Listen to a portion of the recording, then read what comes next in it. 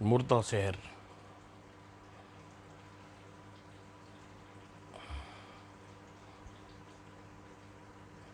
धर्मपुर नाम का एक गांव। जसपाल नाम का एक व्यक्ति अपनी पत्नी के साथ रहता था। वह गांव में जाने वाले प्रत्येक काम में भली भांति कर लेता था। वह उसके पास कोई काम नहीं होता तो वह अपनी कुल्हाड़ी लेकर पास के जंगल में चला जाता और वहां से लकड़ी काट कर बाजार में बेच कर अपने घर का खर्च चलाता था। इतना गुणी होने के बावजूद भी उसके घर का खर्चा चलाने लायक ही पैसे नहीं मिलता था। वह बहुत गरीब था। उसके कोई संतान नहीं थी, इसलिए पति पत्नी उदास रहते थे। हमारे बुढ़ापे के लिए भगवान ने कोई संतान भी नहीं दी। ये दिन तो अब किसी न किसी तरह कट जाएंगे, पर आगे क्या हुआ परेशान ना हो। भगवान भगवान जो भी करता है अच्छा ही करता है। और भगवान के लाख बेटे हैं। उन फुर्सत होती है तो हमारी भी सुनेंगे। इस प्रकार परेशान ना होकर कोई फायदा नहीं है। पता नहीं भगवान को कब सुनेंगे। आज कोई काम नहीं है, जंगल से लकड़ी काट के लाऊं और जाओ, लेकिन अंधेरा होने से पहले आ जाना। और जसपाल कंधे पर कुल्हाड़ी ली उठाए ऊबड़ खाबड़ रास्ता होता हुआ जंगल के अंदर घुसता चला गया जा रहा था। उसे किसी बच्चे के रोने की आवाज़ सुनाई दी। अरे, इस जंगल में किसी बच्चे के रोने की आवाज़ कहाँ से आ रही है? और थोड़ी आगे बढ़ने जाने पर जसपाल को एक खूबसूरत बच्चे को झाड़ियों के बीच देखा। उसके शरीर पर जगह जगह खून बह रहा था। ओह! उसने बच्चे को उठाया। उसने झाड़ियों में खून किस किसी ने बेदर्दी से बच्चे को यहाँ फेंक दिया है। वह बच्चे को सहलाता रहा और कुछ देर बाद बच्चा चुप होकर सो गया। अब घाव खून जम गया है। और फिर जसपाल ने पेड़ से चंद लकड़ियां काटने लगा और उसे बच्चा दिखाई पड़ रहा था। थोड़ी देर बाद उसने लकड़ियों को गट्ठर पीठ की और बच्चे को ओर चल दिया। पता नहीं किसका बच्चा है, उसे पाल लूँगा। ना मालूम लोग इतने प्यारे बच्चे को जंगल में क्यों फेंक गए।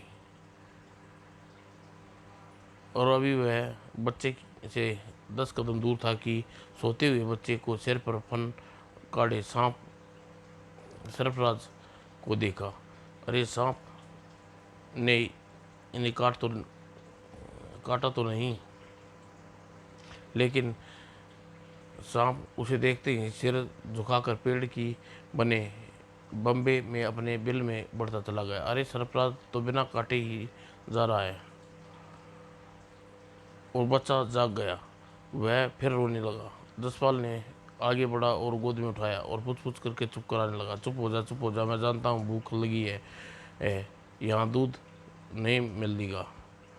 और घर पहुँचा तो लकड़ी की गट्ठर जमीन पर पटक कर वह चिल्लाया, अरे भगवान, सुनती हो भगवान, सुन कर इतना प्यारा बच्चा भेज दिया है, अभी आई। और जसपाल की पत्नी खाना बना रही थी। दौड़कर बाहर आई, बच्चे को गोद में लिया। ओह बच्चा, तुम्हें कहाँ मिला? कोई इसे जंगल में डाल गया था। इसके साथ मैंने अनोखी बात देखी। क्या? इसे पेड़ के नीचे लिटा गया था। जब वापस लौटा तो इसके सिर पर फन काटे सांप सरफराज को देखा। मैं उसे मारने के लिए कुल्हाड़ी उठाई, लेकिन वह मुझे देखकर वापस अपने बिल में चला गया। यह तो राजयोग की निशानी है। शायद किसी राजा का लड़का है। और बच्चे की देखभाल जसपाल के घर में होने लगी। धीरे धीरे वह 1 वर्ष का हो गया। वह ज़मीन पर बैठने लगा। बेटे, तुम्हारा नाम संग्राम सिंह रखा है। अगर तुम सचमुच किसी राजा के बेटे हो तो अपने राज्य के दुश्मनों से अवश्य अपने अपने राज्य को दुश्मनों से अवश्य छुड़ाना। और एक दिन वह घर में ज़मीन पर बैठा खेल रहा था। ना जयपाल की पत्नी जयपाल पत्नी एक कटोरा और रोटी लेकर उसके सामने रखी। बेटा संग्राम, गन्ने का जूस के साथ रोटी खा ले, दूध भी पी लेना। माँ, रोटी रोटी लोटी लोटी दो। और तभी एक सांप पास आ गया। उसने फन फैलाया, बच्चे को ने लपक कर उसे फन पर कुंडली लिया और सांप के हाथ में लिपट गया। और बच्चे ने सांप का फन मजबूती से पकड़ लिया और अब उससे खेलने लगा। दूध ओती खाएगा, गुड़ लोती खाएगा। और बच्चा उसे गन्ने के रस में डुबोया। और जयपाल को पत्नी वहां आ गई। बचाओ बचाओ, मेरे बेटे को सांप काट लिया, बचाओ बचाओ। जयपाल अंदर आ गया। उसे सांप के हाथ में छुटाया। सांप इसकी पकड़ मुट्ठी में पकड़ से मर गया है। और जयपाल की पत्नी ने उसे गोद में उठा लिया और चूमने लगी। मेरा बेटा, मेरा अच्छा बेटा, अब तो उसे कभी नहीं छोड़ूंगी, कभी उसे नहीं छोड़ूंगा, नहीं छोड़ूंगा माँ। और धीरे धीरे संग्राम 5 वर्ष का हो गया। एक दिन वह जयपाल से बोला, पिताजी, आपने मुझे जंगल में चलूंगा, चलो, लेकिन वहाँ बहुत खतरा है। और संग्राम जयपाल को एक जंगल में चला गया। जंगल में जयपाल लकड़ी की काटने लगा। पिताजी, मैं इधर झाड़ियों में खेलने जा रहा हूँ, जाओ, लेकिन अधिक दूर मत जाना। संग्राम चला गया। जयपाल लकड़ियाँ काट कर नीचे धकेलता रहा। उसे काफ़ी लकड़ियाँ कट गई थी और नीचे उतरता उसे बांधने लगा। अब मुझे संग्राम को ढूंढना है और झाड़ियों में खेल रहा होगा। और तभी संग्राम कुछ दूर झाड़ियों में एक शेर के कान पकड़े संग्राम प्रकट हुआ। पिताजी पिताजी, मैंने इसे पकड़ लिया। बाप रे, इसने तो शेर को पकड़ लिया। और संग्राम ने कान पकड़े जयपाल के पास आया। इसे छोड़ दो बेटा, यह बहुत खतरनाक जानवर है। अच्छा पिताजी। और इतना कहकर संग्राम ने शेर की पीठ पर हाथ फेरा। जाओ, मैंने पिताजी के कहने पर तुम्हें छोड़ दिया। और शेर वहाँ से घुमा और वापस जंगल में चला गया। इसे जंगल का राजा कहते हैं बेटा। मैं भी किसी राजा से कम नहीं हूँ पिताजी। मैं इसके कान पकड़ कर ले आया था। और संग्राम ने लकड़ियों का गट्ठर पीठ पर लादा और संग्राम के साथ घर की ओर चल दिया। तुम्हें कहाँ मिला था शेर? वहीं बैठा था जहाँ मैं खेलता। उसके पास गया, उसे उसके खेलने लगा। मैंने उसके कान पकड़े, उसे अपने पास ले आया। और जयपाल घर आकर अपनी पत्नी को सारा किस्सा बताया। इसका मतलब वह सचमुच किसी राजा का लड़का है। अब तुम संग्राम को गांव के शिकारी के पास भेजकर उसे हथियार आदि चलाना सिखा दो, शिक्षा दिलाओ। वह बड़ा हो गया तब मालूम करेंगे कि किस राजा का लड़का है। जयपाल संग्राम को ले जाकर शिकारी के पास ले गया। आप मेरे बेटे को हथियार की शिक्षा दे दिए, आपकी बड़ी मेहरबानी होगी। ठीक है, मैं इसे शिक्षा दूंगा। और संग्राम शिकारी के वहाँ तीर, तलवार, अन्य हथियारों चलाना सीखने लगा। और धीरे धीरे संग्राम सारी विद्याओं में निपुण हो गया। वह लगभग जवान हो गया था। एक दिन वह अकेले में एक जिंदा शेर को पकड़कर घर ले आया। तुम्हें लोग जंगल का राजा कहते हैं और तुम इतनी आसानी से मेरे साथ आ गई। और इस घटना को सुतन बंधन झपटने की पूरे गांव में फैल गई। सुना है संग्राम जंगल से एक शेर पकड़ लाया है। हाँ भाई, 2 दिन उसके घर में ही है। उसी दिन गांव के एक व्यापारी का कपिला आया। उसमें विद्याधर नाम का एक व्यापारी भी था, जो उसे इस बात की खबर लगी। अच्छा, उस लड़के को अपने यहाँ नौकर रखूँगा, चलो उसे उसके घर ले चलो, चलिए। और विद्याधर नौकर ने के साथ जयपाल के घर पहुंचा। गई। उसने जयपाल की बात की, मैं तुम्हारे लड़के को नौकर रखना चाहता हूँ, उसे 50 रुपया प्रति माह दूंगा, उसे क्या करना हुआ? यूँ तो उसे हमारे कबीले में सुरक्षा का भार होगा, मगर फायदे वाली बात कोई है, काम करना फायदे वाला कोई काम करना पड़ेगा। हमें अक्सर समुद्र समुद्र के सफ़र करना होता है, समुद्री लुटेरों का खतरा बना रहता है। और व्यापारी विषधर की सारी बातें करने के बाद संग्राम उसके कपिले के साथ चला दिया। और शाम को के समय वह काफिला समुद्र के किनारे पहुंचा। वहां विद्याधर एक समुद्री जहाज खड़ा था, उस पर माल लदा था। सब लोग जहाज पर चढ़ने लगे।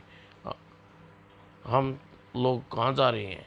हम लोग जहाज को लेकर पलावा द्वीप जाएंगे, वहाँ अपने सामान को बेचेंगे और लौट आएंगे। और जहाज रवाना हो चुका था। संग्राम रास्ते में एक टापू पड़ता था, वहाँ चंदन के पेड़ लगे हैं। सोच रहा हूँ इस बार हम लोग वहाँ से लकड़ी काट कर ले आए। ठीक है, ऐसा ही करेंगे। और 2 दिन बाद जहाज एक टापू के किनारे रुका। सब लोग जहाज से उतरने लगे। जमीन पर खंबे गाड़े जाने लगे। और यही है टापू जहाँ चंदन के पेड़ लगे हैं। इस पर मेरे अलावा और किसी की नज़र नहीं पड़ी है। और बातें करते हुए दोनों अपने खेमे में आ गए। विद्याधर ने साथ आया हुआ खाना निकाला और बैठ के खाने लगा। थोड़ी रात हो जाने पर तुम्हें पेड़ दिखाऊंगा, ठीक है? और खाना खाकर वे आराम करने के लिए लेट गए। और 2 घंटे बाद विद्याधर संग्राम को जगाया। संग्राम, सो गए क्या? आओ चले। सो नहीं रहा था। और काफ़ी दूर जाने के बाद वे जंगल में प्रवेश करने गए। और चारों ओर पेड़ ही लगे थे। ये सारे चंदन के पेड़ हैं। अगर सब काट लिए जाए तो आदमी लखपति बन जाएगा। वे अपने खेमे में वापस आए। अब आप आराम कीजिए, सुबह तक मैं कोई न कोई रास्ता निकाल लूँगा। और काफ़ी रात बीत जाने के बाद संग्राम सपने में राजा को देखा। तुम कौन हो? मैं अतिपुर का राजा, तुम मेरे बेटे हो। हम बहुत दिनों से तुम्हारा इंतज़ार कर रहे हैं। आज तुम यहाँ आए हो, लेकिन मैं धर्मपुर का धर्मपुर के जयपाल का बेटा हूँ। बेटे, सुबह होने वाली है, तुम कल यहाँ रुक रुक जाओ, सब कुछ समझ जाओगे। और तुम कल यहाँ रुक जाओ, बाकी बातें कल करेंगे, ठीक है? मैं रुकने की कोशिश करूँगा। और इसके साथ ही संग्राम सिंह की नींद खुल गई। अजीब सपना देखा, मैंने राजा का बेटा यहाँ से यहाँ रुक जाऊँ, तब सब कुछ पता चल जाएगा। वैसे सुना है सुबह का सपना सच होते हैं। और कुछ देर बाद यहाँ विद्याधर को जगाया। उठिए, आपकी समस्या सुलझाने का उपाय मिल गया। विद्याधर हड़बड़ा कर उठा बैठे और संग्राम सिंह उन्हें सपने की बात बताई। तो इसमें तुम्हें क्या लेना? आप मुझे एक कुल्हाड़ी और 15 दिन का खाने पीने का सामान देकर यहाँ से छोड़ दें। आप चले जाएं और मैं चंदन के पेड़ काट कर यहाँ किनारे पर डाल दूंगा। और वापस लौटते समय आप मुझे और पेड़ों को यहाँ से ले जाइएगा। बस सपने में अनुसार यहाँ रुक जाऊंगा और अपने बिना कुछ खर्च किए चंदन की लकड़ियाँ मिल जाएंगी। बताइए, क्या आप मेरी बात से सहमत हैं? विद्याधर कुछ देर सोचने लगा। हाँ, बात तो तुम्हारी ठीक है, यहीं रुक जाओ और बाकी लोग को लेकर यहाँ से चला जाऊंगा। धन्यवाद, मेरा काम हो जाएगा। और अगले रोज जहाज संग्राम टापू छोड़कर मालवा द्वीप पर चल दिया। अगर मैं सपने सच है तो रात को राजा फिर मुझसे संपर्क करना चाहिए। और थोड़ी देर बाद संग्राम आंखें ओंझल हो गया। संग्राम की आंखों से ओंझल हो गया। अब मैं अकेला निजी टापू पर। खैर, जो होगा देखा जाएगा। मुझे कुछ दिन इस टापू पर रहना ही होगा। और संग्राम विद्याधर के पास दिखाए चंदन के पेड़ पर पहुंचा। कुछ देर में पेड़ काट कर लकड़ियाँ इकट्ठी कर लूँ, फिर आराम करूँगा। रात को ठीक सो पाया। और थोड़ी देर बाद उसने पेड़ के तने को काटा और ज़मीन पर गिर गया। वह पेड़ को डाल को काट कर अलग करने लगा। पेड़ को की डालें काट कर चुका था। अब एक लकड़ी का लट्ठे के रूप में ज़मीन पर पड़ा था। बहुत थक गया हूँ, खाना खा कर आराम कर लूँ। और उस शाम को उसके द्वारा दूसरा पेड़ भी काट लिया था। और शाम होते ही वह काम बंद करना चाहिए। उसी रात संग्राम सो रहा था। उठ जाओ संग्राम, बैठो, मैं आ गया हूँ। और उठकर इधर उधर देखने लगा। तभी सामने अदृश्य राजा आकृति का शरीर धारण किया।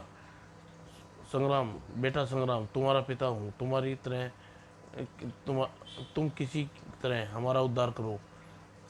आप बिना किसी सबूत के कैसे कह सकते हैं? बेटा, मैं एक जादूगर हूँ, अपने मंत्रों से बता हूँ, इसलिए मैं तुम्हें कुछ बता सकता हूँ। अगर तुम कुछ दिन यहाँ रुके जाओ तो जान जाओगे कि अब मैं क्या कहने जा रहा हूँ। और इतना कहकर राजा आकृति हवा में विलीन हो गई। अगर यह सब सच है तो मुझे यहाँ रुकना पड़ेगा। वो संग्राम सिंह फिर लेट गया। उसे नींद आ गई। और अगली सुबह आंखें खुली तो वह बैठा। अब आधा जंगल काट दूंगा अब मैं आधा जंगल काट दूंगा, फिर विद्याधर से बहाना बनाकर रुक जाऊंगा। यह सोच वह चंद पेड़ और काट डाले। और इस प्रकार दिन बीतते गए। आज मैंने आधा जंगल काट लिया है। कल जहाज मुझे वापस लेने यहाँ रुकेगा और लकड़ियाँ समुद्र के किनारे पहुँचा दूँ। और फिर वो उसने चंदन के बड़े बड़े पेड़ों को समुद्र किनारे डालना शुरू कर दिया। और सुबह होते होते सारे पेड़ समुद्र किनारे इकट्ठे कर दिए। अब भाग्य कहते हैं कि एक राजा के लड़के को लकड़ जंगल में पेड़ काटना पड़ रहे हैं, लेकिन पता नहीं यह सच है या नहीं। उसी रात संग्राम, बेटे उठो। बेटा, तुमने जो तय किया है, यहाँ रुक कर अपने माता पिता को जीवन दान देने दोगे या नहीं? मैंने तय कर लिया है किया है। मैं यहीं रुकूंगा और आपको जीवन दूंगा। मगर आपका बेटा तो मैं आपका बेटा हूँ तो ठीक, नहीं हूँ तो ठीक, आपको जीवन दूंगा। ये भी आपको जयपाल का बेटा मानता हूँ। यदि उन्हीं ने मुझे देख रेख में काबिल हुआ हूँ और यहाँ तक आ सका हूँ। तब आप बताइए, मुझे आपको किस जीवन दान देने के लिए क्या करना होगा? तुम्हें यहाँ से दक्षिण की ओर चल देना। चलते चलते तुम्हें एक राजा में पहुँचोगे। मुझे मालूम हो जाएगा कि क्या करना है। मैं मंत्रों से बंधा होने के कारण तुम्हें कुछ बता सकता हूँ। सुबह होने वाली है, अब मैं जा रहा हूँ। वो राजा आकृति हवा में गायब हो गई। हाथ मुंह धोकर विद्याधर के जहाज की वापस लौटने का इंतजार किया जाए, तब तक सूरज निकल आएगा। और उसे इंतजार करते हुए 1 घंटा भी नहीं गुजरा था कि तभी समुद्र दूर एक जहाज आता दिखाई दिया। और वह जहाज आ गया और विद्याधर का जहाज है। थोड़ी देर बाद जहाज समुद्र के किनारे रुका। वाह संग्राम बेटे, तुमने तो काफ़ी पेड़ काट डाले। कभी मजदूरों से इन्हें जहाज में रखवाता हूँ और मजदूर जहाज में पैर चलाने लगे। संग्राम विद्याधर से एक और बुलाया, मैं थोड़े दिन और यहाँ रुकना चाहता हूँ। क्यों? इस निर्जीव टापू पर तुम्हें क्या मिलेगा? मैं जंगल के सारे चंदन के वेश काट कर किनारे पर डाल दूंगा। जब आप आए और इन्हें उठा ले जाइए और जंगल में घूम जाइए। मैं यहाँ जंगल में घूमना चाहता हूँ। सारे पेड़ जहाज पर लग चुके थे। ठीक है, हमारा जहाज 15 दिन बाद फिर वापस आएगा। तब तक तुम्हें वापस ले चलूँगा। और एक बार फिर संग्राम सिंह टापू पर अकेला जहाज वापस समुद्र में चला दिया। और जहाज की आंखों से ओझल होने के बाद संग्राम वापस घूमा और जंगल की ओर चल पड़ दिया।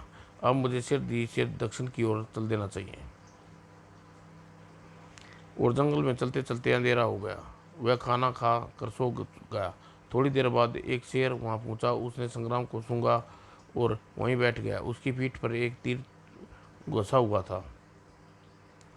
शेर की पीठ पीठ पीछे से जंगली भी हाथों से तीर, कमान, भाले आदि लिए हुए आए थे।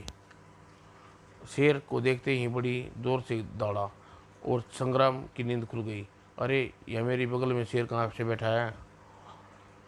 और वह उठ खड़ा हुआ और जंगलियों ने शेर की पीठ पर हाथ रखे देखा तो रुक गए।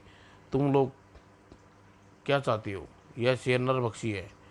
क्या इसे ख़त्म किया न किया तो यह हमारी बस्ती में के लोगों को खा जाएगा। संग्राम सिंह ने पीठ को सहलाया और तीर निकाल कर बोला, नहीं, अब यह किसी को नहीं खाएगा, यह विश्वास दिलाता हूँ। और संग्राम सिंह ने पीठ थपथपाई और शेर वापस जंगल में चला गया। जंगली उसके सामने हाथ जोड़कर खड़े हो गए। शेर आपको क्यों नहीं खाया? यह तो एक जंगल का राजा है और वे जैसे न जाने कितने राजाओं का राजा हूँ। बस हमारी खबर नहीं, बस मेरी खबर नहीं और मुझ देखते ही वह हमला करना भूल जाते हैं। जैसे आप जैसे बहादुर की तलाश बस्ती की मुखिया बहुत दिनों से थी। आप दर्शन देंगे तो हमारी बस्ती में चला जाए, लेकिन वहीं कुछ मालूम हो जाए। और संग्राम सिंह उन लोगों के साथ चल दिया।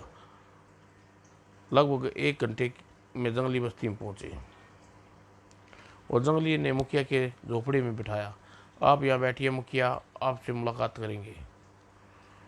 और थोड़ी देर बाद मुखिया आया। बेटा, तुम्हारी बहादुरी की इस समय सारी बस्ती में बहुत चर्चा है। मुझे बहुत दिनों से तुम्हारी तलाश थी, लेकिन आप मेरी तलाश क्यों कर थी? बेटा, यह तो मुझे भी नहीं मालूम। हमारी बस्ती के पास ही एक शहर है, नाम है दर्शन नगर।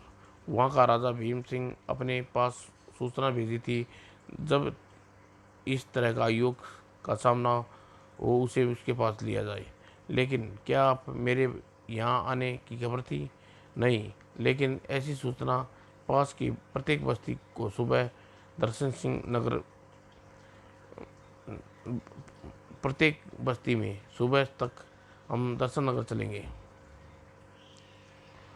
और सुबह मुखिया अपने साथ 4 अंगरक्षक और सम्राट संग्राम के साथ घोड़े पर सवार होकर दर्शन नगर की ओर चल दिए। अभी तक हम ऐसे किसी जानवर या राजा को भेज चुके हैं जिन्हें निहत्थे ही शेर को मार दिया, लेकिन उन्हें उन्हें मतबल नहीं थे। उन्हें पता है किस जवान की आवश्यकता है और क्यों है।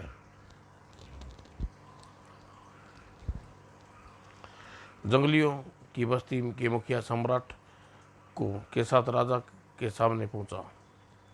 महाराज, इस युवक ने उस आदमखोर शेर को हमारे हाथों मारने से बचाया है। यह आपने आपको उस जैसे शेरों का राजा कहता है। इसे आपके पास ले आया हूँ। ठीक है मुखिया, तुम जा सकते हो, इसकी परीक्षा लेंगे। जी महाराज। जी महाराज, आप मेरी परीक्षा क्यों लेंगे? यह भी तुम परीक्षा में सफल हो जाओ तब इसका कारण बताएंगे। और तुम नियते 10 तलवार बंद सैनिकों से लड़ना है। मुझे मंजूर है महाराज। और परीक्षा शुरू होगी। युवक के पीछे महल की दीवार में एक तलवार गड़ी है।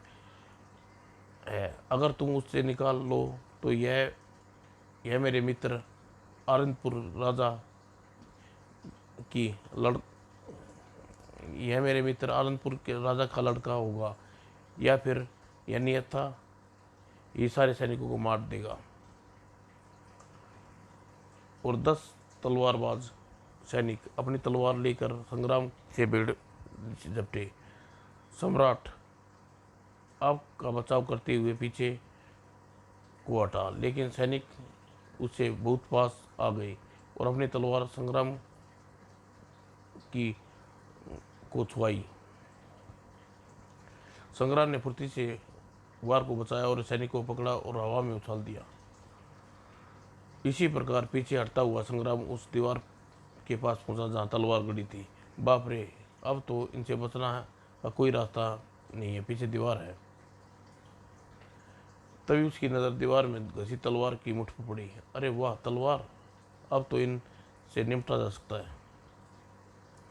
और उसने तलवार की मुठ को पकड़ा और दीवार से तलवार खींची ली। आगे बढ़ो बहादुरों, देखो तुम्हें कितना दम है। महल के बुर्ज पर राजा ने यह सारी घटना देख रहे थे। उन्हें ऊपर से आवाज़ लगी, ठहरो, तुम्हारे पास यह तलवार कहाँ से आई? शाबाश महाराज, मैंने इसे दीवार से निकाला है। शाबाश, लाओ इसे मेरे पास। राजा भीम सिंह सम्राट को लेकर भीम सिंह संग्राम को लेकर राजमहल की चल दिए। बैठो बेटे, आज तुम्हें हमारे दोस्त को बहुत सच कह रहे हैं। बेटे, मालूम हुआ कि हमारे दोस्त हमसे सच कह गए थे। अब तुम्हें सारी कहानी सुनाता हूँ। महाराज, जब मैंने इस धरती में कदम रखा तब से अजीबोगरीब घटनाओं का सामना हो रहा है।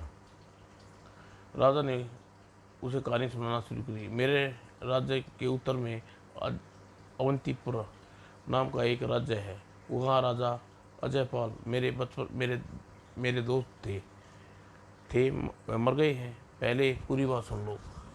उससे पहले एक लड़का पैदा हुआ जिस दिन वह पैदा हुआ उसी दिन जादूगर के पास उस दिन एक जादूगर पास आया। उसने राजा को अपने राज्य का कुछ हिस्सा मांगा, लेकिन राजा ने देने से इनकार कर दिया। तब जादूगर ने कहा, अगर वह राजा 3 दिनों के अंदर राज्य का वह हिस्सा नहीं दिया तो वह पूरे राज्य को मुर्दा बना देगा। पर राजा मेरे पास आए, उन्हें तलवार महल की दीवार में रख गई और मुझे कहा कि मुझे जादूगर से जान का खतरा है। मेरे बेटे ही इस तलवार को निकालकर मुझे उस जादूगर से छुटकाएगा। 3 दिन बाद जादूगर ने सारे राज्य को मुर्दा बना दिया और अपने किसी प्रेत के हाथों लड़के को समुद्र पार फेंकवा दिया। तुम्हें उस तलवार को निकालना और समुद्र पार से आए हो, इसलिए तुम ही हो अजयपाल की लड़की हो। तुम ही जादूगर को मारकर अपने पिता को छुटकारा सकते हो। वह जादूगर प्रत्येक पूर्णमासी के दिन तुम्हारे राज्य में आकर तुम्हारे पिता को जिंदा करता है और उसके राज्य का हिस्सा मांगता है। इनकार करने पर फिर उन्हें मुर्दा बना देता है और चला जाता है। लेकिन जहाँ तुम उसे मार नहीं सकते लेकिन वहाँ तुम उसे मार नहीं सकते, क्योंकि वह अदृश्य रक्षा कवच में रहता है। उसके स्थान पर ही मारा जा सकता है, लेकिन वहाँ से अपने प्रेतों की सुरक्षा में रहता है और साथ ही रक्षा कवच भी रक्षा करता है। वह रहता कहाँ है? यहाँ से दक्षिण की ओर लगभग 50 मील चलने पर एक पहाड़ है। पहाड़ की चोटी पर बनी एक गुफा में रहता है। तुम्हारे पिता ने सारा राज्य उसके खून के छींटे पड़े हैं। राज्य में उसके खून के छींटे पड़ने से जिंदा हो सकते हैं। उस गुफा के पास कहीं एक गड़ा हुआ घड़ा छुपा है, जिसमें उसके घड़े में उस खून लाना होगा। उसी घड़े में तुम्हें उसका खून लाना होगा। वह घड़ा क्यों जरूरी है? वह घड़ा प्राप्त करने के बाद उसे आदि शक्ति खत्म हो जाएगी और उसकी आदि शक्ति पर विजय प्राप्त करना तुम्हारे लिए आसान हो जाएगा। और अगले दिन, आज मैं उसे ख़त्म करने जा रहा हूँ। बेटा, तुम्हें सफलता की कामना करते हैं। और शाम होते होते वह पहाड़ के पर पहुँच गया। बस थक चुका हूँ, अभी मुझे पहाड़ पर नहीं चढ़ सकता। रात बीतने के बाद भी पहाड़ चढ़ूँगा।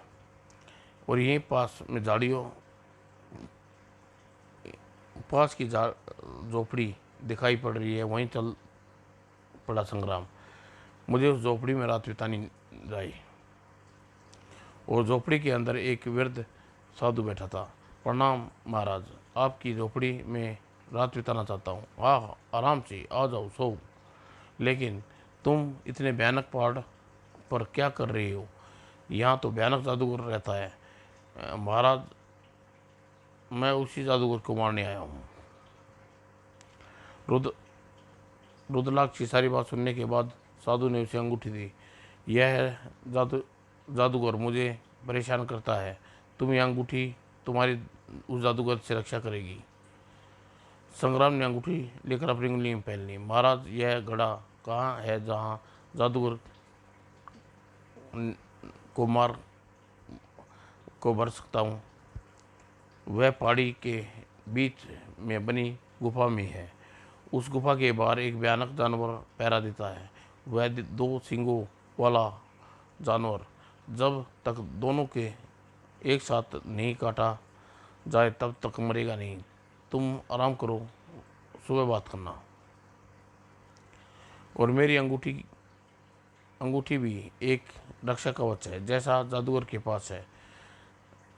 इसके रहते तुम्हें प्रत्येक शक्ति नष्ट हो जाएगी, लेकिन तुम्हारी रक्षा कवच के रहते कोई शक्ति काम नहीं करेगी।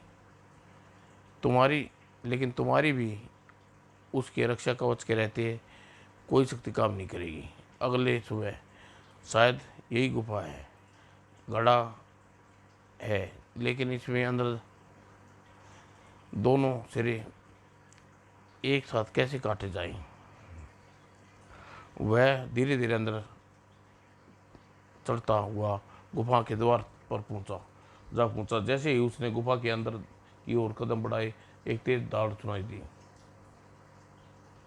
और उसने पहाड़ के ऊपर भाग पर आते एक भयंकर जानवर को देखा। वो घड़े की रक्षा करने वाला जानवर आ रहा है। और संग्राम ने तलवार निकाली और उसके मुकाबले के लिए तैयार हो गया। जब यह जानवर मुझ पास आएगा तो मैं इसे अपने संग्राम पर छलांग लगाई। संग्राम ने फुर्ती से वार बचाया और फन काट दिया, लेकिन फन फिर से जुड़ गया और फिर हमला कर लिया। इस बार संग्राम से जा टकराया, लेकिन अंगूठी की रक्षा कवच के कारण कोई नुकसान नहीं हुआ और वह जमीन पर गिर पड़ा। संग्राम जमीन पर गिर पड़ा और मर जाने का नाटक किया। तलवार हाथ में ही थी। जानवर फिर हमला करने के लिए तैयार खड़ा था। अभी मैं उन दोनों सिर को काटता हूँ।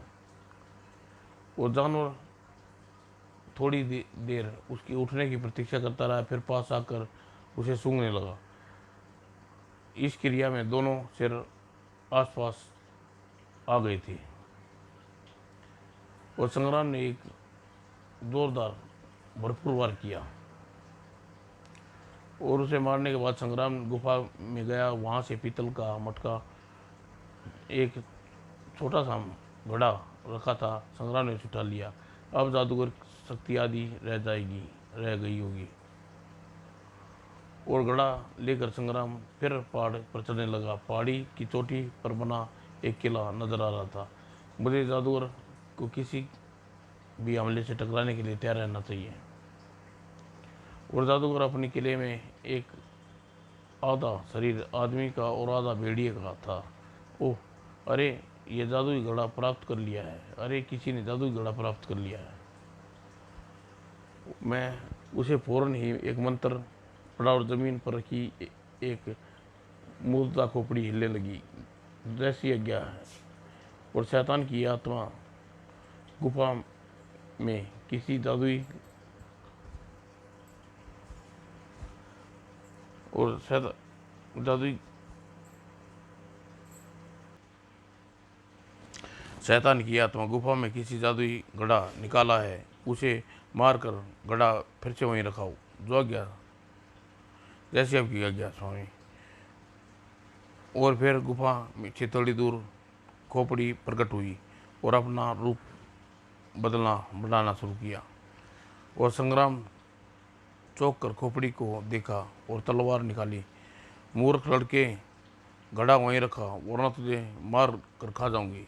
नहीं रखूंगा, तुम जो कर सकती हो कर ले। और फिर खोपड़ी मुंह का दांत टूटे और तेजी से संग्राम की ओर बढ़ा।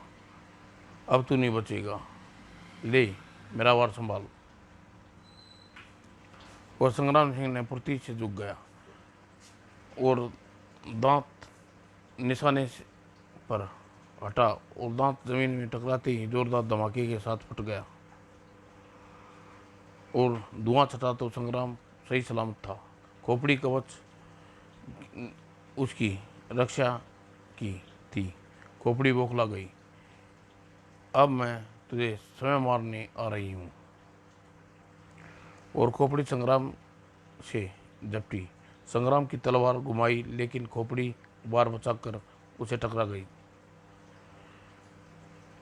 और संग्राम के टकराते ही खोपड़ी में आग लग गई और जलने लगी। आह, मैं मर गई, आह बचाओ। खोपड़ी की आवाज़ जादूगर तक पहुंची। पता नहीं कौन आदमी मेरे पीछे पड़ गया है और इस गुफा में आने दूंगा,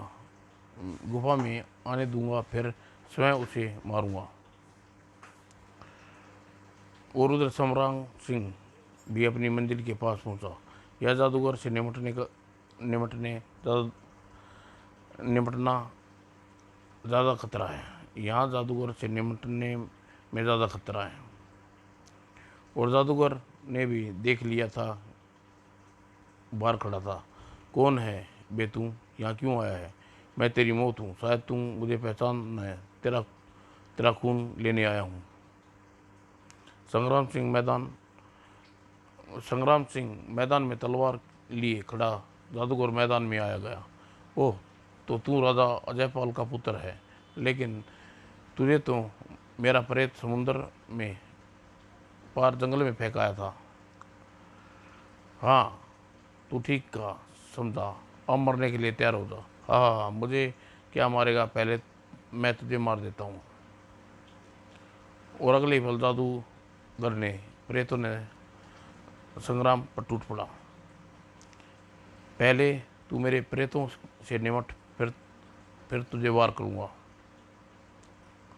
और प्रेत संग्राम सिंह के रक्षा कवच को टकराने और जलने लगे। तभी संग्राम सिंह ने तलवार से गर्दन उड़ा दी। अब जादूगर के पास कोई शक्ति नहीं बची थी, उसका केवल रक्षा कवच ही था। ओह, मेरा रक्षा कवच को तोड़ सकता है, इसे मुर्दा करके मंत्र पढ़ता हूँ। और वह मंत्र पढ़ ही रहा था कि संग्राम सिंह खुद उससे टकरा गया और जोरदार विस्फोट का धुआं छा उठा। जब धुआं छटा तो दोनों को सुरक्षा कवच नष्ट हो चुके थे। दोनों आमने सामने थे। अब तेरी और मेरी शक्ति बराबर की है, मरने के लिए तैयार हो जाओ। और संग्राम सिंह ने तलवार से जादूगर पर झपटा और जादूगर अपने वार से बेकार कर जाते देख घबरा गया था। उसने संग्राम सिंह को वार बचाने के लिए उसे पंजे बचाया और अपना पंजों से उसे पर हमला कर दिया। संग्राम सिंह के हाथे से घड़ा छूट गया और वह फिर तलवार लेकर तैयार हो गया और जादूगर ने दोनों हाथों से संग्राम सिंह की गर्दन पकड़ ली और दबाने लगा। घड़ा जमीन पर रखा था। अचानक संग्राम सिंह का दाव लगा और उसने गर्दन छुटाई और जादूगर की गर्दन पकड़ ली और घड़े के मुंह पर रख दी और तलवार ले सामने मौका ही नहीं मिला, खचाक, और उसकी गर्दन काट दी और जादूगर के घड़े में गिरने लगा। खून से घड़ा भर गया। संग्राम सिंह उसे वापस लेकर चल पड़ा और जब वह घड़ा लेकर साधु के पास पहुंचा, महाराज, मैंने जादूगर को मार दिया है, मैं वापस जाना चाहता हूँ। जाओ बच्चा, मुझे आशीर्वाद तुम्हारे साथ है। और वहाँ से वह सीधा राजा के पास पहुंचा। मैं जादूगर का खून ले आया हूँ, मैं तुम्हें अश्वनीपुर चलता हूँ और वहाँ तुम अपने मुर्दा पिता पर खून छिड़कना, वह जिंदा हो जाएंगे। और रथ से वे अश्वनीपुर पहुँचे। दरबार लगा हुआ था और सभी मुर्दा थे। संग्राम ने खून राजा और रानी पर छिड़का। खून के छींटे पड़ते ही राजा रानी जिंदा हो गई। ओ मेरे बेटे, तुम हरे कारण फिर से जिंदा हो गई। और फिर उन्हें सभी दरबारियों पर खून छिड़का जिन्हें उन्हें जिंदा किया। पिताजी, अब मैं धर्मपुर जाऊंगा। बेटा, तुम जयपाल को इनकी पत्नी को लेकर यहीं आ जाओ। अब वे राजमहल में ही रहेंगे। और संग्राम सिंह नाव में सोने की असरफियाँ भरी और धर्मपुर की ओर चल दिया। मेरे माता पिता इस वक्त सुनकर खुश हो जाएंगे। और संग्राम सिंह ने पूरी घटना सुनने के बाद जयपाल और उसकी पत्नी फूले नहीं समाये और संग्राम सिंह के आग्रह पर वे जंतीपुर आ गए। समाप्त दोस्तों।